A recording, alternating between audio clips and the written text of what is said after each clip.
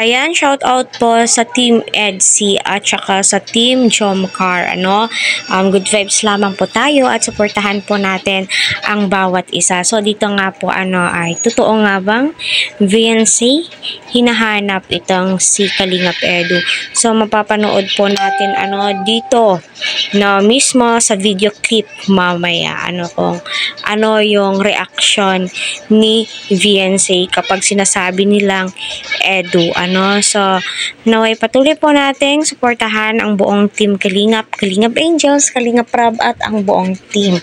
Especially po, si Pure Health, So, dito nga po ay ang cute ni VNC, at saka sinasabi nga ni Joy, na ito si VNC, my God, na sana ay may bagong upload sa Team EDC, kasi more than 5 days na ata, or 3 days nang wala pang upload, kung ano nga ba ang nangyari na, na yung update, kasi alam nyo, marami din po ang nami-miss, marami ang nakamiss kay VNC, kaya ang ginagawa po nila ay inulit-ulit na lamang po yung mga video, Ganun naman po talaga tayo, once na na-addict tayo, once na napamahal po tayo sa ating sinusuportahan, kapag walang bagong upload ay inulit-ulit po talaga natin.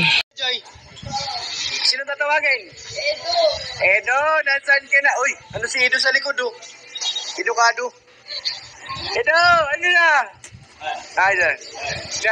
Para lasing lang, So, ayun po mga kalingap na napanood po natin ang reaction ni Beyonce kapag tinatawag ang pangalan ni Kalingap Edu.